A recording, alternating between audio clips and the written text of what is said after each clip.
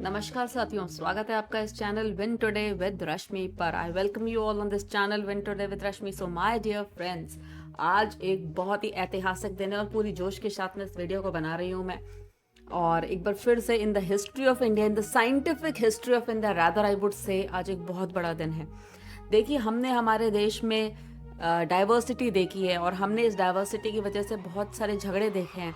हमने इस डाइवर्सिटी को कई बार सेलिब्रेट होते हुए भी देखा है, लेकिन पहली बार हम हमारी यूनिटी को, हमारी एकता को सेलिब्रेट कर रहे हैं। हम पहली बार हमारे को यूनिफाई करने वाली एक चीज़ है साइंस है, हम साइंस को सेलिब्रेट कर रहे हैं। हम बहुत बार धर्म को सेलिब्रेट करते हैं, हम बहुत बार बाकी चीज़ों को सेलिब्रेट करते हैं, हम बहुत बार पॉलिटिकल पार्टीज़ को जीतने को सेलिब्रेट करते हैं, लेकिन साइंस को अगर हमारा देश सेलिब्रेट कर रहा है तो इससे पता चलता है कि हमारे अंदर एकता की भावना, हमारे देश के प्रति हमारा जो पेट्रियाटिज्म है वो किस लेवल का है। तो आज एक बहुत बहुत बड़ा दिन है वापस से। तो India was on the moon and now we expect, we pray India to be on the sun, कि आज आदित्य L1 सफलतापूर्वक L1 में लैग्रेंज पॉइंट 1 में जाकर के स्टैब्लिश हो। तो आज उसी पे एक वीडियो है, आइए देखते हैं कि क्या है आदित्य L1। तो देखिए, इसरो ने ट्वीट करा है, ये कल का ट्वीट है कि अब 23 hours 40 minutes countdown leading to the launch at 11:50 hours, यानी आज 11:50 पे on September 2, 2023 has commenced today at 12:10 hours. The launch will be watched live. ये लाइव आएगा इसरो की वेबसाइट पे। तो ये इसरो का है, आप यहाँ पे इसरो की वेबसाइट देख सकते हैं। और ये जो इसरो की वेबसाइट है, इस इसरो की वेबसाइट पे आप देखिए कि L1, आदित्य L1 के बारे में बताया हुआ है। आदित्य L1 का जो लॉन्च है ये 2 सितंबर 2023 को शेड्यूल्ड है एट 11:50 AM। और ये मीडिया रजिस्ट्रेशन का लिंक वगैरह दिया हुआ है। और उन्होंने आदित्य L1 के बारे में थोड़ा बहुत बताया हुआ है कि आदित्य L1 जो है, it is the first space based Indian body to study the sun. मतलब हम स्पेस में एक बॉडी को रखेंगे। हम धरती से सन को स्टडी कई बार कर चुके हैं, लेकिन to study sun from the space, मतलब we are going to place our satellite in the space. वो स्पेस में रहेगा और वहाँ से सन की स्टडी करेगा। ये जो स्पेस क्राफ्ट है, it will be placed in the hello orbit around the Lagrange point 1 में इसको रखा जाएगा। ये लगभग 1.5 मिलियन किलोमीटर दूर है। It is 1.5 million kilometres away from the earth से इतना ऊंचाई पे ये L1 पे रहेगा और वहाँ से रेगुलरली ये जो है उसको देखेगा। इधर देखिए आप, ये विकिपीडिया पे न्यूज़ थी कि आदित्य L1 क्या है। ये सन की कोरोनोग्राफी को स्टडी करने के लिए बनाया गया है, सोलर एटमॉस्फेयर को स्टडी करने के लिए इसरो ने इसे डेवलप करा है। ये 1.5 मिलियन किलोमीटर अर्थ से ऊपर रहेगा, हैलो ऑर्बिट में रहेगा, L1 लैग्रेंज पॉइंट पे रहेगा। लैग्रेंज पॉइंट क्या होता है अभी मैं आपको बताती हूँ। और इसे लॉन्च किया जाएगा PSLV XL से। तो हम जानते हैं कि जो सन है ये हमारे पूरे सोलर सिस्टम का आधार है। हमारा solar system along with the 8 planets, पहले प्लूटो हुआ करता था तो 9 थे, इन 8 प्लैनेटों को साथ में उनको होल्ड करके रखा हुआ है। सन उनकी धुरी है। तो अर्थ के ऊपर और पूरे सोलर सिस्टम के ऊपर सन का क्या इम्पैक्ट है, उसको पढ़ने के लिए, उसको स्टडी करने के लिए, what is sun all about, हमने ये मिशन जो है ये इनिशिएट करा है। तो आगे देखते हैं।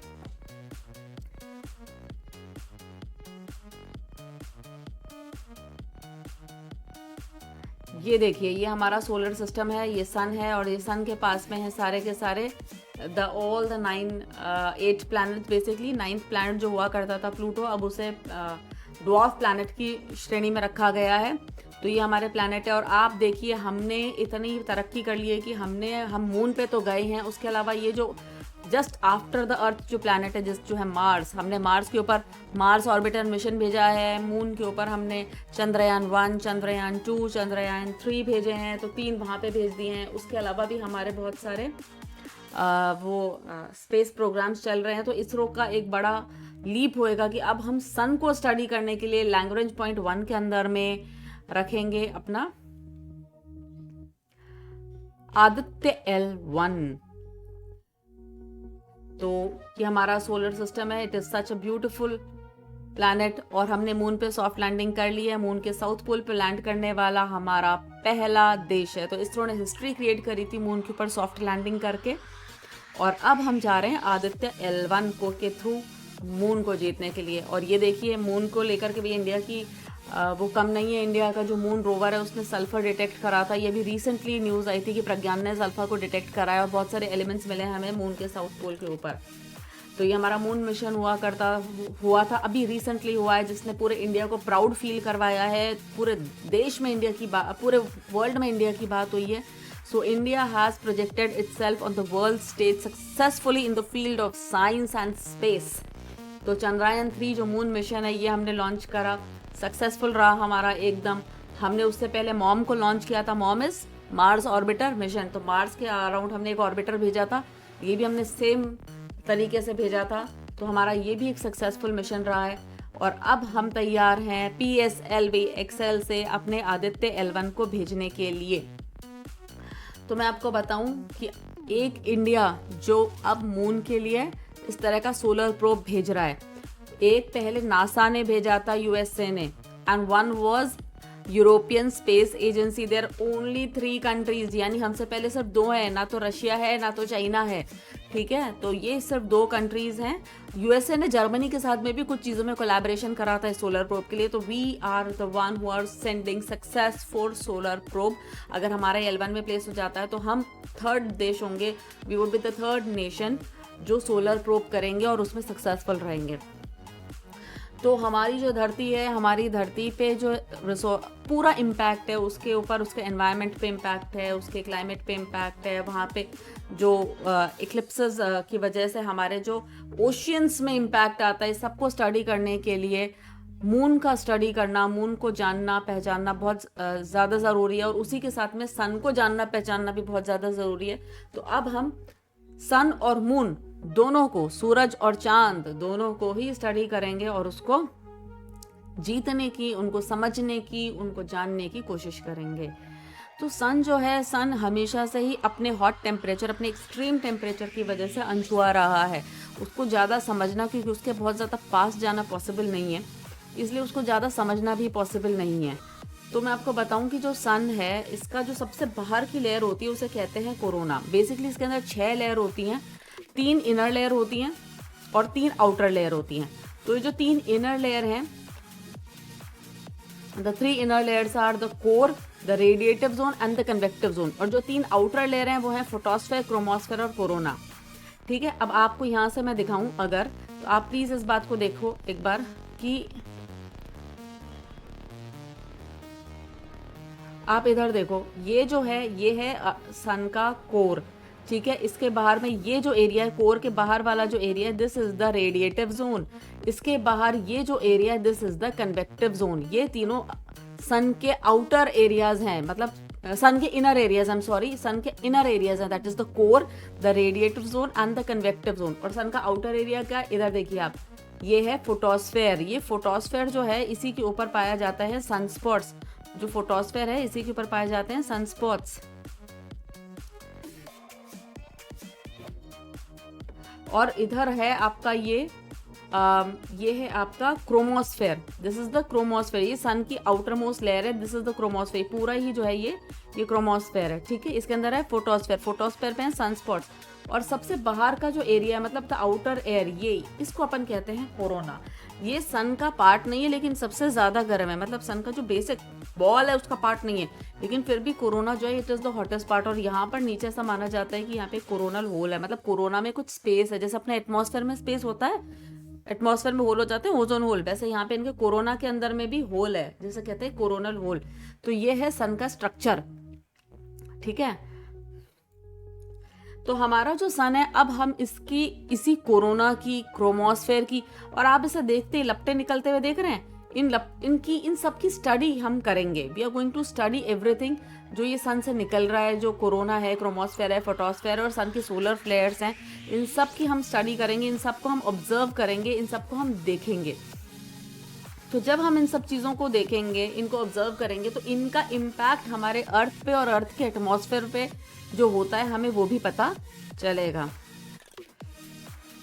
आगे देखते हैं। और इन सबको करने के लिए हम लॉन्च कर रहे हैं आदित्य L1 मिशन को।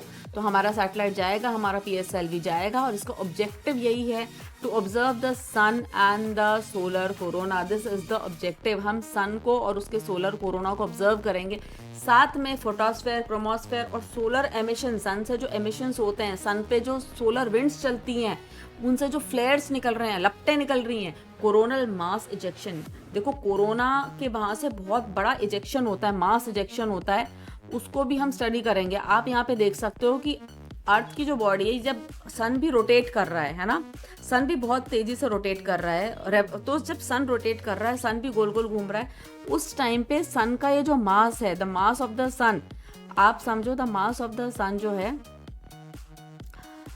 ये जो सन का मास है, this is the mass of the sun, ये कई बार उसकी आउट ऑफ दैट प्रेशर ये बाहर की तरफ निकलता है। इसे अपन कहते हैं coronal mass ejection. Coronal mass ejection, इसे अपन कहते हैं कोरोनल मास इजेक्शन। इसकी भी स्टडी हमारा आदित्य L1 करेगा। और ये मैंने आपको कोरोनल मास इजेक्शन की फोटो दिखाई है कि देखो किस तरह से सन का एक बहुत बड़ा पार्ट, सन का एक बहुत बड़ा मैटर जो है, बहुत सारा प्लाज्मा जो है, बेसिकली यहाँ पे ना सॉलिड है, ना लिक्विड है, ना गैस है, सन जो है पूरा प्लाज्मा का बना हुआ है। Plasma is considered to be the 4th stage of matter. ठीक है, तो ये प्लाज्मा जो है ये पूरा बाहर निकल रहा है। जब ये बाहर निकलता है तो इसका अर्थ के एटमॉस्फेयर पे भी इम्पैक्ट होता है। जैसे हमारे यहाँ पे जब सन का मैग्नेटिक फील्ड से जो सोलर विंड्स चलती हैं और वो अर्थ तक आती है, तो हमारे यहाँ पे अरोरास दिखते हैं। तो इसको अपन कहते हैं कोरोनल मास इजेक्शन। ये बहुत पावरफुल एक्सप्लोजन्स होते हैं सोलर सिस्टम के अंदर में, और इसका सन का मैग्नेटिक फील्ड जो है ये बहुत ही मेजर रोल प्ले करता है इसको जानने में। तो इस सब को हम स्टडी करेंगे आदित्य L1 से। और L1 एक ऐसा पॉइंट है, आप समझिए, इसको हम लॉन्च करेंगे PSLV से। इसके अंदर 7 पेलोड्स हैं PSLV XL से। इसी से हमने चंद्रयान को भी लॉन्च करा है, और अब हमारा PSLV वापस से मार्स ऑर्बिटर मिशन को भी लॉन्च करा है, और अब हमारा PSLV फिर से आदित्य को ले जाने के लिए तैयार है। देखो, हमारे जो सोलर सिस्टम है उसमें 5 ऐसे पॉइंट्स होते हैं, L1, L2, L3, L4, L5, जो आपको दिख रहे हैं आपकी स्क्रीन पे। ठीक है ना, देयर आर द 5 पॉइंट्स जो कि आपको आपकी स्क्रीन पे दिख रहे हैं। This is L1, this is L2, this is L3, L4 and L5। तो ये जो 5 पॉइंट्स हैं, ये ऐसे पॉइंट्स हैं जहाँ पे सन, दिस इज द सन, और ये है अर्थ। सन और अर्थ की ग्रेविटी इसको इस तरह से बैलेंस कर रही है कि इस पॉइंट पे अगर कुछ भी आप कोई भी सैटेलाइट आप प्लेस करोगे तो वो ऑटोमेटिकली इन दोनों की ग्रेविटेशन की वजह से यहाँ पे बैलेंस्ड रहेगा। अब इसका मतलब ये नहीं है कि बिल्कुल फ्यूल यूटिलाइज नहीं होगा, फ्यूल का यूटिलाइजेशन एकदम मिनिमम होगा। आप automatically you will be in the state of balance at these 5 points. तो हमने L1 ही क्यों चुना इन सारे पॉइंट्स में से? क्योंकि यहाँ से चाहे एक्लिप्सेस आए, कुछ भी हो, एवरी टाइम ये सैटेलाइट सन को रेगुलरली देख सकेगा। Every time it will be able to observe the sun, sun's corona, sun's photosphere and the chromosphere। तो रेगुलर नजर रखने के लिए हमें ये पॉइंट सही लगा। बाकी पॉइंट्स पे हम एवरी टाइम नजर नहीं रख सकते थे। कुछ पॉइंट्स पे हमें हमारे और सन के बीच में कोई दूसरी बॉडी आ जाती और हम सन को ना देख पाते। तो L1 इज द पॉइंट जहां से हम सन को रेगुलरली देख सकते हैं। तो ये जो मिशन है हमने बताया, इसरो लॉन्च कर रहा है, L1 ऑर्बिट में इसको प्लेस करा जाएगा, जो 1.5 million kilometres away from the earth है। और यहाँ से we will be able to look at the sun continuously। हम कंटिन्यूसली सन को देख पाएंगे। ठीक है, इसलिए हमने इसको L1 पे रखा है। तो आपको पता है सन और अर्थ के बीच में कितने पॉइंट्स हैं? 5 points between the sun and the earth. तो लैग्रेंज पॉइंट क्या होता है, मैंने आपको बता दिया है कि सन और अर्थ के बीच के कुछ ऐसे बैलेंसिंग पॉइंट्स है जहाँ पे ग्रेविटेशनल फोर्स सन का और अर्थ का अट्रैक्शन और रिपल्शन इतना बराबर हो जाता है कि आप वहां पे बीच में लटके रहोगे, दोनों के बीच में। ठीक है, ऑटोमेटिकली लटके रहोगे, इस तरह का वो है। और यहाँ पे फ्यूल कंजम्पशन जो स्पेसक्राफ्ट का होगा वो मिनिमम होगा, बहुत कम हो जाएगा इस पोजीशन में रहने की वजह से, और हो सकता ना भी हो। तो सैटेलाइट जो इसको हम हैलो ऑर्बिट में प्लेस कर रहे हैं, हैलो ऑर्बिट के अंदर अपन इसको प्लेस करेंगे अराउंड द L1। और सबसे इंपॉर्टेंट बात इसकी होगी, चाहे एक्लिप्सेस आए चाहे कुछ भी हो, लेकिन हम सन को रेगुलरली देख पाएंगे। हमारे आदित्य L1 के बीच में और आदित्य L1 और सन के बीच में कोई बॉडी कभी नहीं आने वाली है।